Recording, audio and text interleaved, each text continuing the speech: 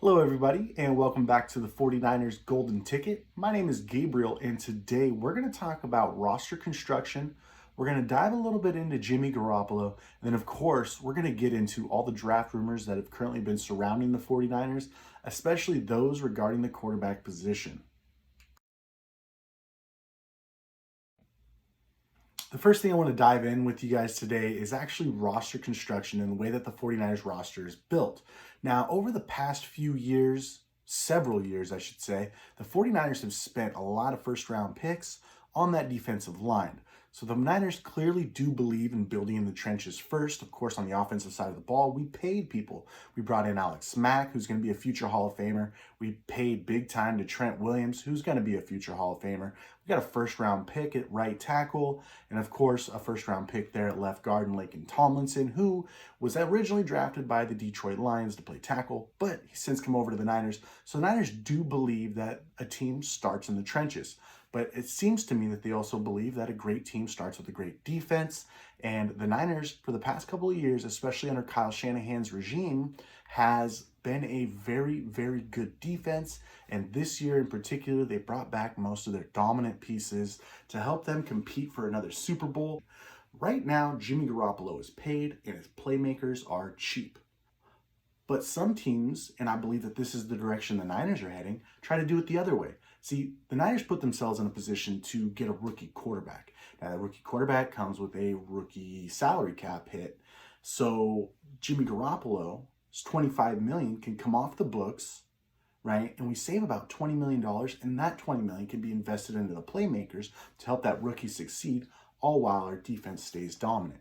Now, that is definitely one way a roster is constructed. If you look around the league, the quarterbacks who got paid, well, the teams around them downgraded, right? Or the team around those quarterbacks downgraded because they couldn't afford to pay them anymore.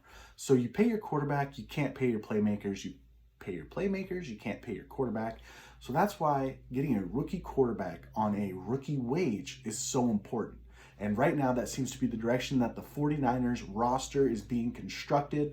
Although we got a dominant defense, we're dominant in the trenches, and our quarterback is paid because our playmakers are on rookie deals.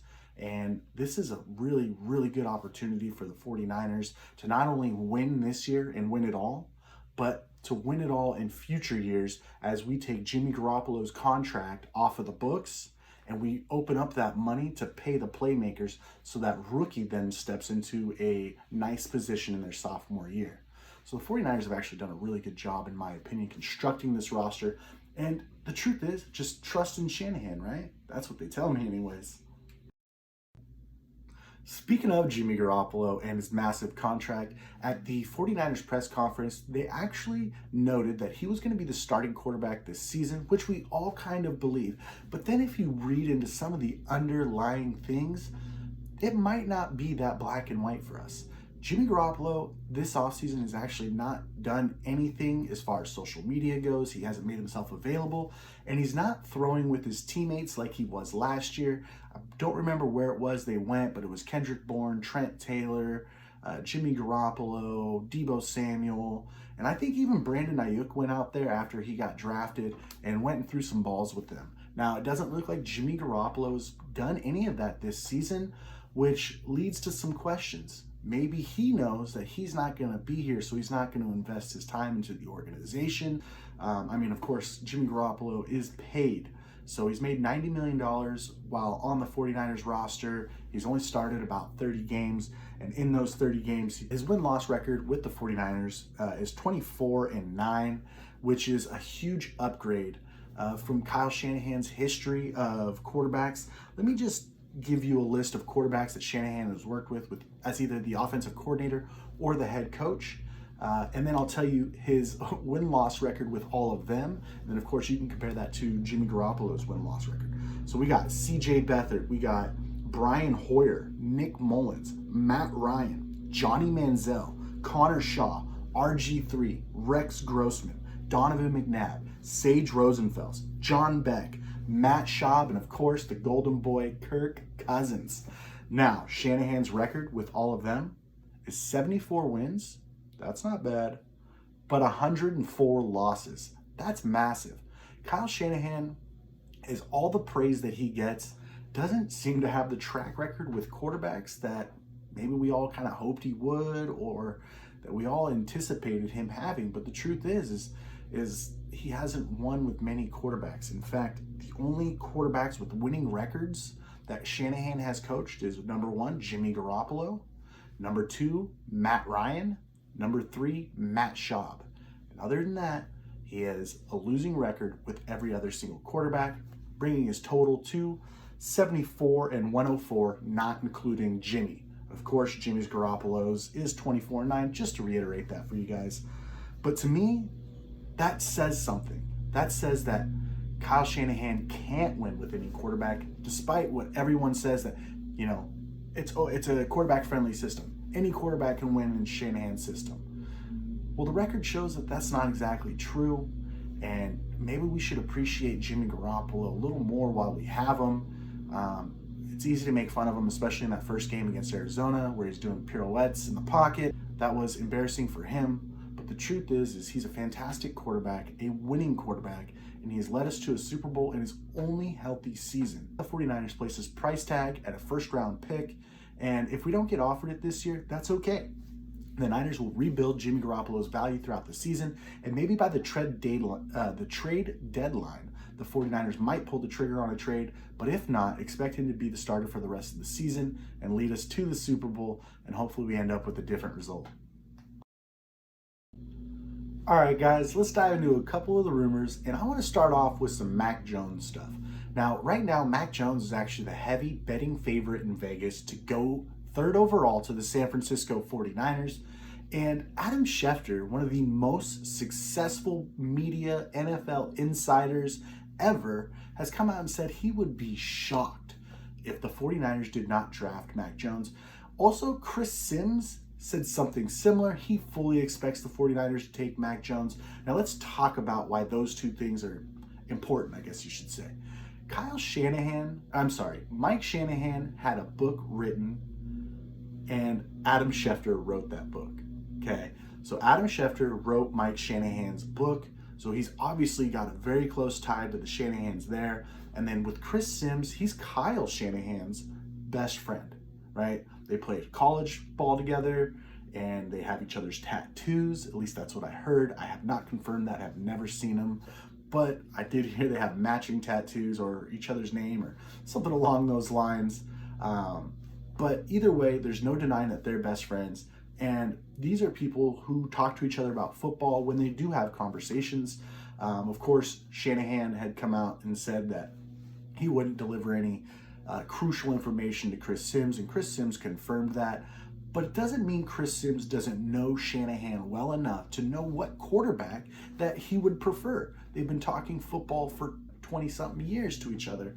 So it's only makes sense that Chris Sims would have an idea of who Shanahan is targeting, and that appears to be Mac Jones. Of course, Mac Jones is, in my opinion, the fastest mental processor in this NFL draft. He gets through his progressions very quickly. I watched JT O'Sullivan's QB school breakdown, and there is some really impressive stuff in there. I will say he's not very accurate, throws the ball behind his receivers, and I think some of those things will get fixed in the NFL. People want to dog him for his beer belly. He did get a DUI way back when. When you get into the NFL, you're going to get a nutritionist. All those other leaders in the locker room, if you have a drinking issue, they're probably going to try to step up, make sure you don't drink. And then, of course, an NFL weight room with an NFL workout regimen. It should get Mac Jones's body right. We'll hopefully see a much more improved version of Mac, muscular, so his arm strength could go up. Maybe his athleticism takes a step forward as well. If Mac Jones is the pick, those are things that I think that we can look forward to, because developing someone's body, that's diet and exercise. That is fixable, okay? But that mental processing, that's really tough to coach into somebody, and he has it. So for those reasons, I understand the Mac Jones love, especially coming from Adam Schefter and Chris Sims. The Niners, of course, have everything to hide. They don't want to tip their hat.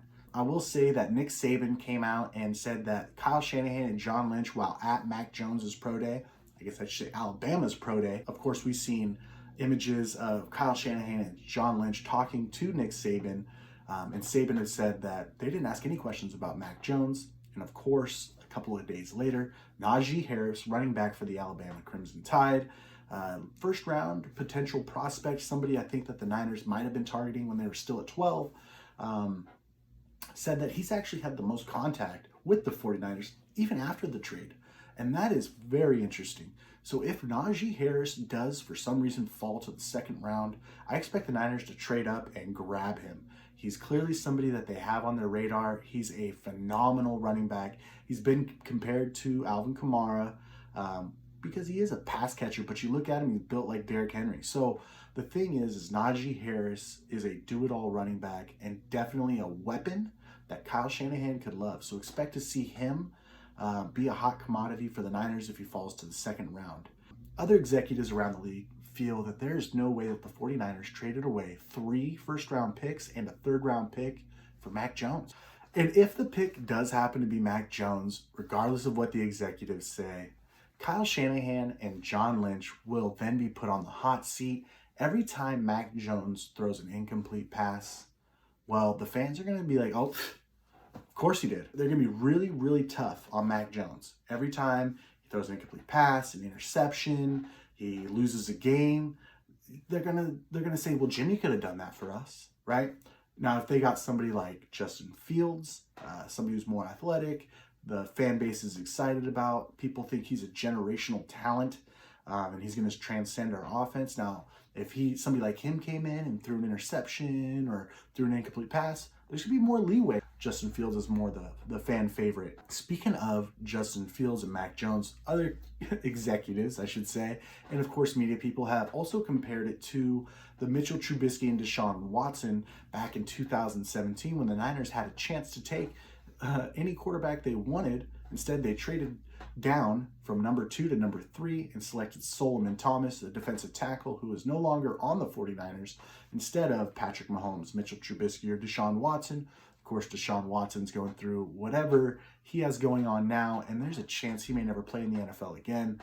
And Justin Fields is actually a was a consensus top 2 quarterback this entire time. And then all of a sudden he starts getting picked apart and separated from Trevor Lawrence. And then Zach Wilson somehow jumps him.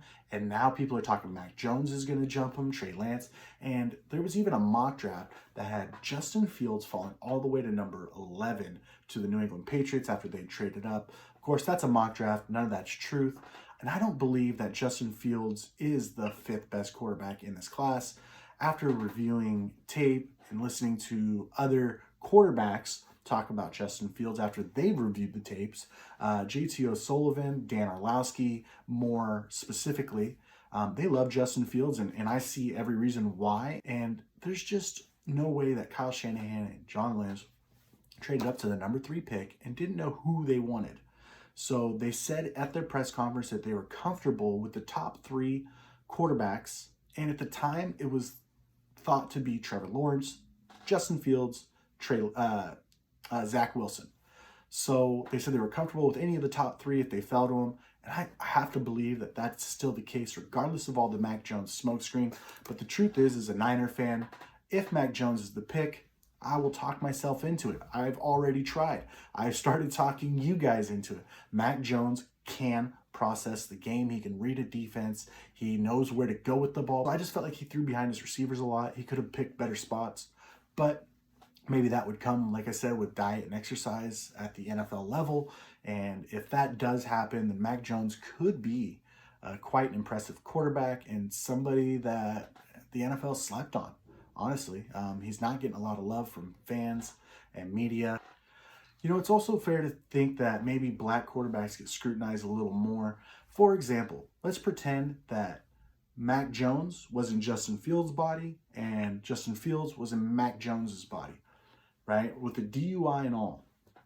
Do you think that the narrative would be different? Could you imagine if Mac Jones had Justin Fields' skin color, right? He was black with a DUI, right? But he was flabby and not athletic. And then Justin Fields was white with a clean record, very athletic, and obviously a leader and very tough.